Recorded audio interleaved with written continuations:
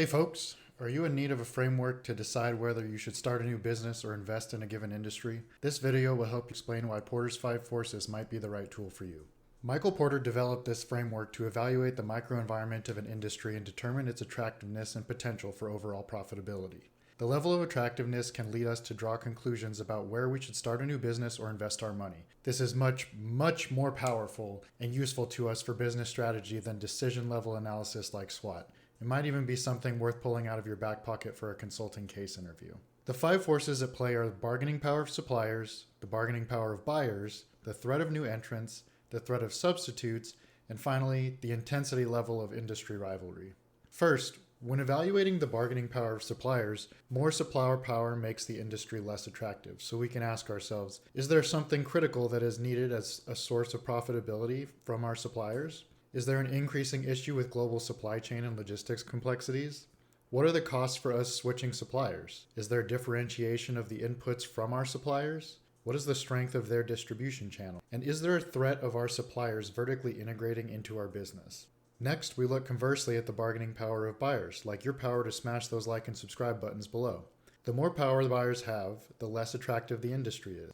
So we want to ask, is there a high switching cost for our buyers to go elsewhere? Are they price sensitive? Are there existing substitutes? Are industry sales concentrated in one buyer or a small group of buyers versus a broad set? Is there a threat to our buyers vertically integrating? Now that we have established how things look above and below us, we can look to the potential threat of new entrants that might make this industry less attractive. We want to ask, are there any barriers to entry?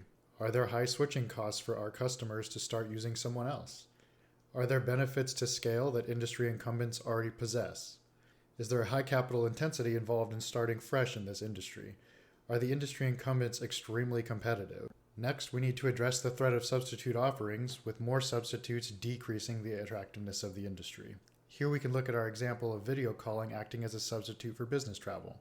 So we can ask, are our buyers likely to seek a substitute, or are they fiercely loyal to our brand?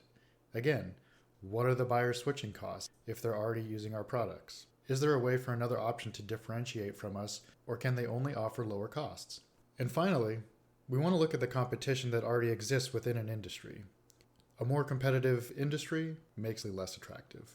We want to know, is the industry's revenue concentrated by looking at the CR5? That's the revenue share of the top 5 companies within that industry. Can one firm gain a competitive advantage through innovation, or is the only competing strategy to cut costs? How much are companies in this industry willing to pay for marketing and customer acquisition?